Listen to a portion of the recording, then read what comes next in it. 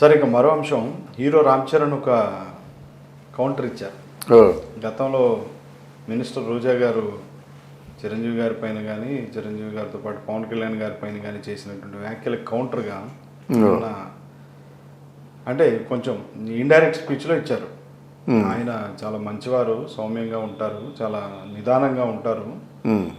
But ఎవరైనా ఎవరిష్టం వచ్చినట్టు వాళ్ళు మాట్లాడుతుంటే మాత్రం ఖచ్చితంగా సౌమ్యంగానే ఉంటాము, అలా అని సౌమ్యంగా ఉండము, ప్రతిసారి శాంతంగా ఉండేటువంటిది ఏముండదు అని సౌమ్యంగానే చెప్తున్నాం అనే తరహాలో ఏదో సంథింగ్ చెప్పారు సార్. అవును, ఏంటి రామ్ చరణ్ గారి వ్యాఖ్యలు? అంటే ఈవిడ కొంచెం రెచ్చిపోయి మాట్లాడుతుందండి. రోజా మాటలు బాగాలేవు. ఎందుకంటే చిరంజీవి మీద ప్రస్తావించినప్పుడు కొంచెం ఆలోచించుకొని ప్రస్తావన చేయాలి. ఇప్పుడు నాగబాబు ఉన్నాడంటే కొంచెం ఎమోషనల్గా మాట్లాడతాడు, ఆ భావోద్వేగాలు ఉంటాయి, దాన్ని తట్టుకోలేక మాట అన్నా చూసే జనాలు హర్షిస్తారు. అంతేగాని పవన్ కళ్యాణ్ని, చిరంజీవిని అనే ముందు ఒకసారి ఆలోచించుకుంటే బాగుండేది అన్నమాట. పైగా ఆవిడ నువ్వురా తాటిపెట్ట ఏంటి ఏమనుకోవాలి దాన్ని, చాలా ఓసారి వ్యాఖ్యానించాలంటే బాధ అనిపిస్తుంది. కానీ రామ్ చరణ్ గారు ఇంకో మాట కూడా అన్నారు, ఎందుకంటే ఎంతో మంది అభిమానులు సంపాదించుకున్నారు ఆయన.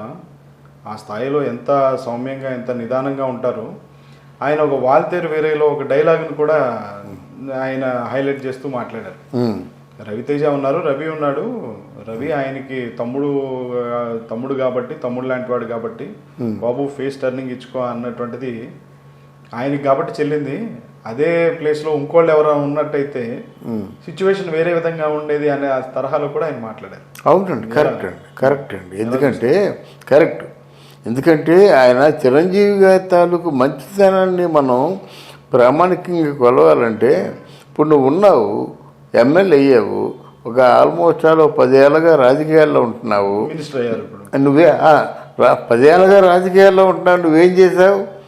ఒక బ్లడ్ బ్యాంక్ పెట్టావా, ఒక స్కూల్ పెట్టావా, ఒక అనాథాశ్రమం పెట్టావా, ఒక డిఫరెంట్ టైప్ ఆశ్రమం పెట్టావా? ప్రజలకు ఉపయోగపడే పని ఏం చేసావు?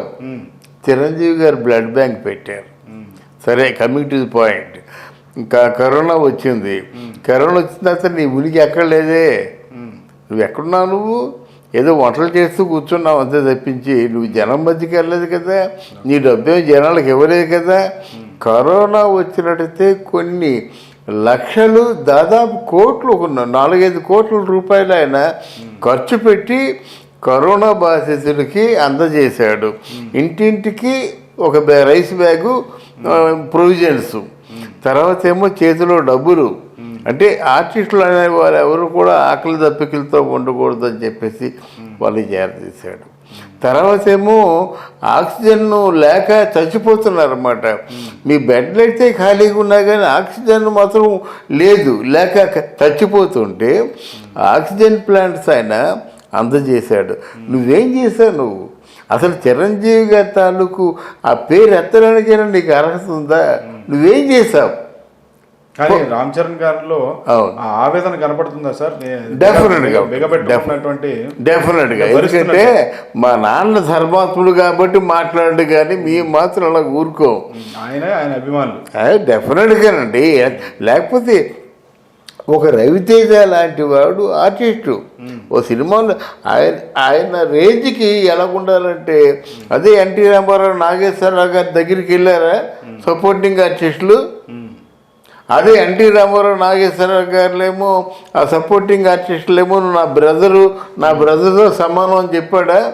ఈరోజు రవితేజని ఏం చెప్పాడు? నీతో యాక్ట్ చేస్తుంటే మా పవన్ కళ్యాణ్తో యాక్ట్ చేసినట్టుగా ఉంటుందని చెప్పాడు.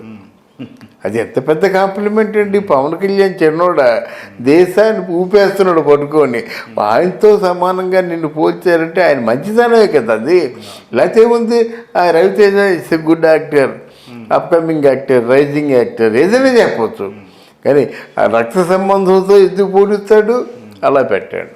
ఎగిపోయినట్టయితే నిజంగా ఫేస్ టర్నింగ్ ఇచ్చుకో అని చెప్పినప్పుడు ఆ డైలాగ్ ఉన్నెవరు అసలు ముందు? ఆ డైలాగ్ ఆయన పేటెంట్ రైట్. అది చిరంజీవి గారికి ఆ డైలాగ్ పేటెంట్ రైట్. దాన్ని ఎందుకు ఉంచారంటే మంచితనం కాబట్టి ఉంచారన్నమాట.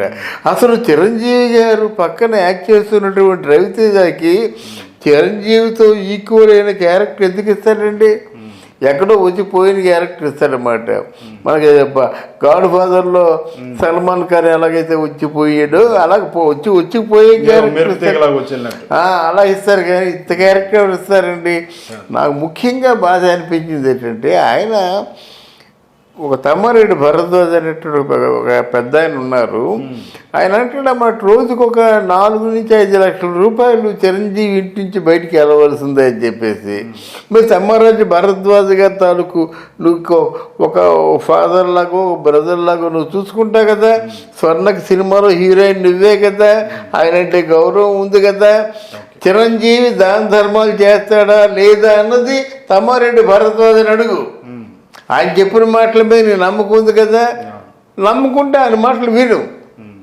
అంతేగాని ఇలా నోటుకొచ్చింది పార్టీలో ఉన్నావని కేవలం నువ్వేదో బండబూతులు మాట్లాడితే నేను ఎవరో చంకని ఎత్తుకుంటారని ఇట్లాంటి అభూత కల్పనలు మాత్రం చేయొద్దు. డెఫినెట్గా చిరంజీవి దాన ధర్మాలు చాలా చేస్తున్నాడు. ఎందుకంటే సార్ మనం గతంలో చూసాం గరికపాటి గారు ఒక చిన్న ఒక ప్రోగ్రామ్ లో చిరంజీవి గారు మీరు వచ్చి కూర్చోవాలి అని చెప్పి ఆయన అంటేనే ఫ్యాన్స్ అంతా కూడా ఆయన గరికపాటి గారికి ఇచ్చే గౌరవం ఇస్తూనే, కానీ మీరు ఇలా చేయటం ఇది కరెక్ట్ కాదు, మేము డైజెస్ట్ చేసుకోలేకపోతున్నాం, బాధపడుతున్నాం, చాలా మంది తీవ్రంగా స్పందించిన పరిస్థితి గతంలో. కానీ ఇప్పుడు నిన్న రామ్ చరణ్ గారు మాట్లాడినటువంటి పరిస్థితి చూస్తే మాత్రం ఏదో ఓపిక పడుతున్నట్టు, వాళ్ళు బిగబడుతున్నట్టుగానే అనిపిస్తుంది. అంతేనండి డెఫినెట్గా. నేను గరికపాటి వాడిది అది కొంచెం డిఫరెంట్ ఇష్యూ అండి. అదే డిఫరెంట్. ఫ్యాన్స్ స్పందించిన ఫ్యాన్స్ కాదు, పనికి మాలి వాళ్ళందరూ స్పందించారు. అది నా బాధ. ఇప్పుడు గరికపాటి గారి ఇష్యూలో చిరంజీవి ఒక్క మాట పండిత మాట అనలేదు. కానీ అక్కడ ఉన్న కొంతమంది ఉన్నారు పెద్దలు. అంటే ఏంటి, సహజంగా ఎవరైనా పట్టుబడిన దొంగ ఉన్నాడు అనుకోండి, ఆ దొంగను కొడుతుంటారు అందరూ. కొడుతుంటే దారింటిపోయి ఉంటాడు అనమాట. ఆడు పని మంది సొచ్చి కొడతాడు, ఆడో చేస్తాడు. అలాగా అది కాదు. కానీ చిరంజీవి గారు ఆయన వ్యక్తిత్వం, ఆయన తాలూకు సహాయ కార్యక్రమాలు, ఆయన నైజం, ఆయన చాలా నిదానంగా ఉంటారు. ఆయన ప్రదర్శన ఎలా చూస్తున్నారు ఏంటండి. ఎవరు బ్రహ్మజీ మా అన్నయ్య అంటాడు, అదే అలీ మా అన్నయ్య అంటాడు.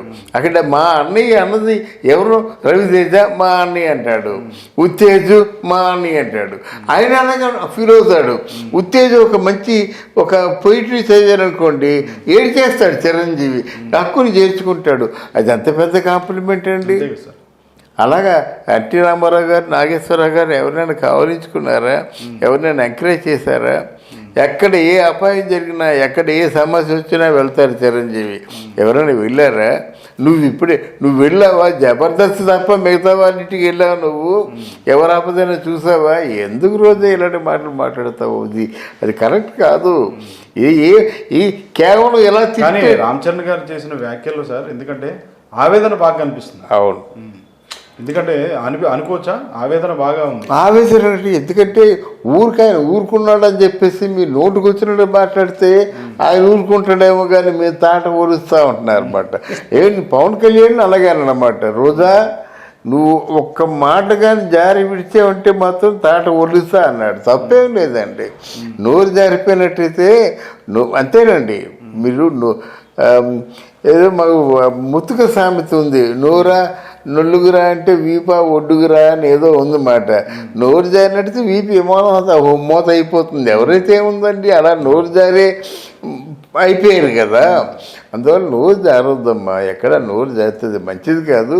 నీకు తెలిసినట్టు కేవలం వాళ్ళ కనుసన్నల్లో మసలాడి అక్కడ వైఎస్ఆర్ కాంగ్రెస్ పార్టీకి ఏమో నువ్వేదో బ్యాక్ బోన్గా ఉండాలి, తిట్టు పురాణం అంటే ప్రవచించడంలో. అలాగే కొడాయిలా అని నువ్వు పేరు నాని అమర్నాథ్ ఉన్నాడు. అమర్నాథులు తర్వాత ఎక్కేవారు అనిల్ కుమార్ చౌదరి, అనిల్ కుమార్ వీళ్ళందరూ కూడా ఒక బ్యాచ్ మార్చి అంటే నువ్వు ఈ తిట్లు తిట్టు, నేను ఈ తిట్లు తిడతాను, మొత్తం అందరూ పంచుకుంటారు ఏ తిట్లు తిట్టారు. అంతేగాని చిరంజీవి ఫ్యామిలీ ధార్మిక కార్యక్రమాలు చేయలేదంటే ముందు నువ్వు అసలు అజ్ఞానిగా అవుతావు. అందువల్ల ఇట్లాంటి అజ్ఞానపు మాటలు మాట్లాడడం న్యాయం కాదు. సో ఏదైనా రోజా గారికి రామ్ చరణ్ గారు స్ట్రాంగ్ కౌంటర్ ఇచ్చినట్టేనా? డెఫినెట్గా ఇచ్చినట్టండి. రోజా గారి రామ్ చరణ్ చెప్పాడు కదా, ఆయన ఊరుకున్నా మేము ఊరుకోం. అది చిన్న విషయం కాదు కదా అది. Right sir, thank you thank you very much. Thank you very much.